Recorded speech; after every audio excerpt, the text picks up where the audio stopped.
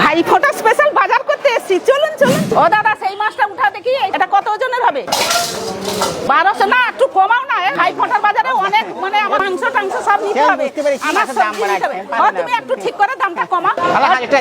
ঠিক আছে, এটা 1000 টাকাই দেবো তাহলে। মাছ বাজারও করে নিলাম, মাংসও নিয়ে নিলাম, সবজি বাজারও করে নিলাম।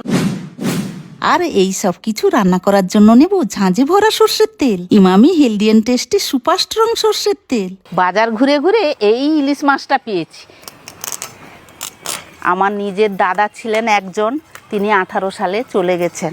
আর ছোট ভাইটাইও আমার নিজের নেই, সেই জন্য আমি কাকাতো ভাইকে ডেকেছি। সে ফোঁটা নিতে আসবে ছোট ভাই, আর আমার ছেলেকে তো দিতে আসবে তার দিদি। তাদের জন্য তো আমাকে একটু হরিপুরি করে রান্নাও তো করতে হবে। এই ইলিশ মাছটা তেল ইলিশ করব। মাংসও নিয়ে চলে এসেছি, ভাজাভুজি আমার সব কমপ্লিট হয়ে গেছে। আগে একটু চাকাটা কেটে নিয়ে মাছের তেলটাকে বের করে নেব। মাছটা প্রচুর দিয়েছে লোকটা, ঠকায়নি, খুব টাটকা। তেলটাও দেখুন, মাছের ডিমও হয়ে আসছে কিন্তু অল্প। এই মাছটাকে একটু রিং পিস করে কেটে নিই, এটাও একটা কেটে নিই। আসলে আমার ভাই আর তার দিদি যে আসবে তার জন্য একটু বড় বড় রিং পিস করে কেটে নিয়েছি। আর এগুলোকে একটু সব ছোট ছোট করে নেব, কারণ বাড়ির সবাই খাবে তো, অল্প হলেও সবাই তো একটু একটু করে মুখে দিবে। মাছ কাটা শেষ, যাই মাছটা ধুয়ে রান্নাটা করে ফেলি চটপট, অনেক কাজ আছে তো। মাছটা ধুয়ে নিয়ে চলে এসেছি, প্রথমে মাছটা রান্না করে নিই। তেল ইলিশটা একটা পাত্র নিয়ে নিলাম, মাছগুলো পাত্রে নিয়ে নিলাম। এবারে ইলিশ মাছগুলো ম্যারিনেট করে নিই। প্রথমে নুন দিয়ে দেব, তারপরে সর্ষে বাটা, কাঁচা লঙ্কা চেরা, এখানে একটা ছাঁকনি নেব, দিয়ে এখানটা আমি পেঁয়াজ বেটে রেখেছি, পেঁয়াজ বাটাটা দিয়ে দেব। এখানে পেঁয়াজের বাটা লাগবে না, এটা পেঁয়াজের রসটা লাগবে, সেই জন্য আমি চেপে চেপে পেঁয়াজের রসটা নিয়ে নিচ্ছি। এবারে দেখুন সব রস পেঁয়াজের নিয়ে নিয়েছি, আর পেঁয়াজের এই যে খোসা মানে ছোবড়া, এটা লাগবে না। এবারে দেব লেবুর রস, এবারে দিয়ে দেব Emami healthy and tasty super strong সর্ষের তেল। এবারে সব কিছু ভালোভাবে ম্যারিনেট করে নেব। এটা হচ্ছে দাদার রেসিপি।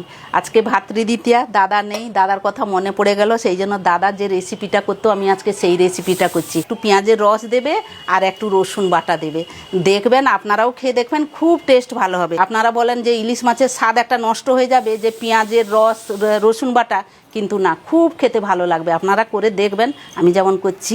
যাই হোক, ম্যারিনেটটা হয়ে গেছে, একে রেখে দেবো প্রায় 30 মিনিট। এটা রেখে দিই, আধ ঘন্টা এখন থাক। সেটা আঁচটা জ্বালিয়ে দিলাম, আবারও সুপার স্ট্রং সর্ষের তেল দিয়ে দিলাম। তেলটা গরম হয়ে গেছে, কালো জিরে ফোড়ন দিয়ে দিলাম, অল্প একটু রসুন বাটা দিয়ে দেব, একটু নাড়াচাড়া করে নেব, একটু রসুনটা যেন একটু ভাজা ভাজা হয়। এবারে ম্যারিনেট করা মাছটা দিয়ে দিই, জাস্ট একটু নাড়াচাড়া করে নেব। জলটা না দিলেও হতো, কারণ এই পাত্রে তো আমি ম্যারিনেটটা করেছিলাম, একটু মশলাটা লেগে আছে, সেই জন্য সামান্য একটু জল দিয়ে দিচ্ছি। জলটা একটু মশলার সাথে মিশিয়ে নিলাম, এবারে ঢাকাটা দিয়ে দিলাম।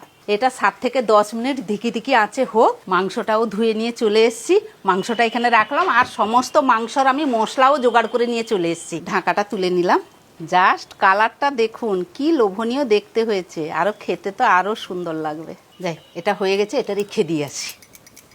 খাসির মাংসটা নিয়ে নিলাম। আজকে বানাবো মটন হান্ডি চম্পারন। সে ফোন করে বলে দিয়েছে, দিদি আমি ভাই ফোঁটায় যাবো, তোর হাতে সেই মটন হান্ডি চম্পারনটা খাবো। আমি বললাম হো ঠিক আছে, আমি বানাবো। 1 কেজি খাসির মাংসতে আমি এখানটায় বড় বড় 8 পিস পেঁয়াজ নিয়ে নিয়েছি, সেটা আমি কুচি করে নিয়েছি, এই যে দিয়ে দিচ্ছি। রসুন বাটা দিয়ে দিলাম, আপনারা এখানে রসুন কুচিও দিতে পারেন। এখানে আমি আদা বাটা দিয়ে দিলাম, আপনারা চাইলে আদা কুচিও দিতে পারেন। 2টো মাঝারি টমেটো কুচি দিয়ে দিলাম, 1 কাপ টক দই দিয়ে দিলাম, লঙ্কা বাটা, কাঁচা লঙ্কা চেরা, হলুদ গুঁড়ো, জিরে গুঁড়ো, ধনে গুঁড়ো, নুন, গোটা গরম মশলা দিয়ে দেব, এলাচ, দারচিনি, লবঙ্গ। এতে কিন্তু আমি কাঁচা সর্ষের তেল দেব না। আমি কি করব, একটা প্যান নিয়েছি, এই প্যানে সর্ষের তেলটা গরম করে নেব। প্যানটা বসিয়ে দিলাম, আঁচটা জ্বালিয়ে নিলাম। এবারে দিয়ে দেব সুপার স্ট্রং সর্ষের তেল, একটা গোটা কোয়া রসুন কোয়া দিয়ে দেব। তেলটা গরম হয়ে গেছে, আঁচটা বন্ধ করে দিলাম। এবারে গরম তেলটা এনে দিয়ে দিচ্ছি।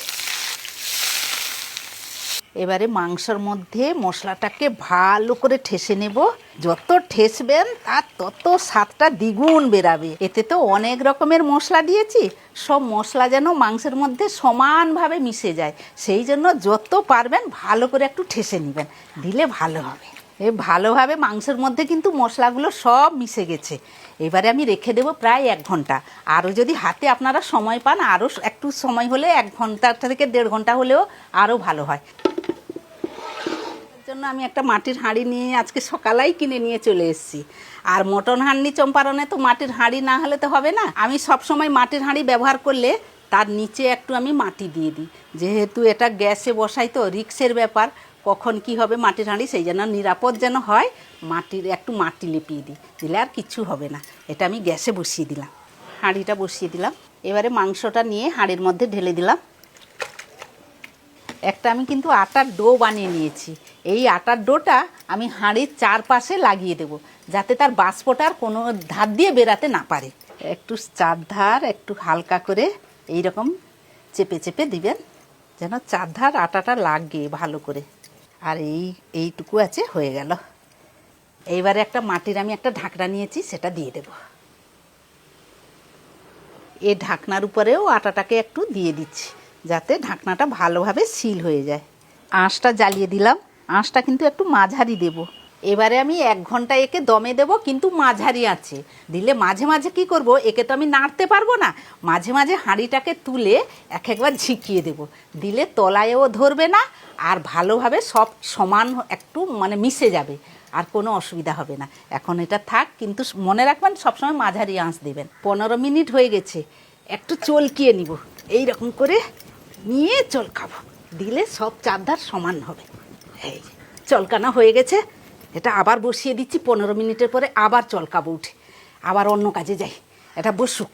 আবারও 15 মিনিট হয়ে গেছে, আবারও একটু নিয়ে চলকিয়ে দিই, এইরকম করে চলকাতে থাকবো।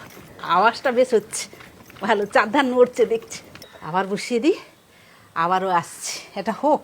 1 ঘন্টা হয়ে গেছে, আর একটু নাড়াচাড়া করে নিচ্ছি।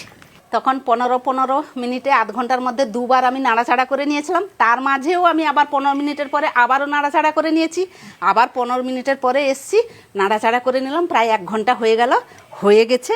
গ্যাসটা বন্ধ করি, আসছি। 5-7 মিনিট হয়ে গেছে। এবারে ছুরি দিয়ে আটাটাকে একটু আলগা করে নিই। এই রকম করে ছুরির সাহায্যে আটাগুলোকে আমি আলগা করে নেব। এই যে দেখুন আটাটা খুলে গেছে।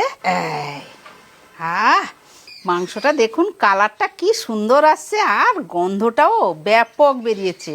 ভাত আর 5 রকমের ভাজা, আর রইল স্যালাড, রইল আলু পোস্ত, সোনামুগের ডাল, তেল ইলিশ, কই মাছের কালিয়া, মটন হান্ডি চম্পারণ, টমেটোর চাটনি, 5 রকমের মিষ্টি আর মিষ্টি দই। বাস, ভাই ফোঁটার এই ভালোবাসা ভরা দিনে ভাইয়ের মুখে হাসি ফোটাতে বানিয়েছি এই সব রেসিপিগুলো। আর এই প্রেমের ঝাঁসটা এসেছে Emami healthy and tasty super strong সর্ষের তেলের ঝাঁঝে। কারণ ভালোবাসা হোক মন থেকে, আর স্বাদ হোক তেল থেকে। এদিকে আমার বরণ ডালাও রেডি, চন্দনও রেখেছি, ফোঁটা দিব, ধান্দুর ভাত দিয়ে আশীর্বাদ করব। আর সেদিকে পান সুপারিও আছে। আর সেদিকে দেখুন পাতও আমি সব রকম ব্যঞ্জন করে পাতটাও আমি বেড়ে রেখেছি। আর ভিডিও আমি বড় করছি না, আমি যে ভাইফোঁটা স্পেশাল আয়োজনটা করেছি সেটা আপনাদের আমি দেখিয়ে দিলাম। আর আমি তো একা ফোঁটা দিলে হবে না, আমার ছেলেকেও তার মাস্ততো পিস্ততো বোনেরা আসবে, দিদিরা আসবে ফোঁটা দিতে। অনেক কিছু আয়োজন আছে, অনেক কিছু আয়োজন হবে, তখন আমিও ভাইকে ফোঁটা দিব, সেটাও আয়োজন করব, সেটা আপনাদের আমি পরে দেখাবো। আর এত সব কিছু দেখাতে গেলে তো বিশাল বড় ভিডিওটা হয়ে যাবে, আপনাদেরও বোর লাগবে। অন্য একদিন আপনারা ভাইফোঁটার ভিডিওটা দেখে নেবেন। আজকের জন্য এইটুকু, জাস্ট আপনাদের এইটুকু আয়োজনটা আমি দেখিয়ে দিলাম। আর সবাইকে জানাই শুভ ভাতৃদ্বিতীয়া, সবাই ভালো থাকবেন।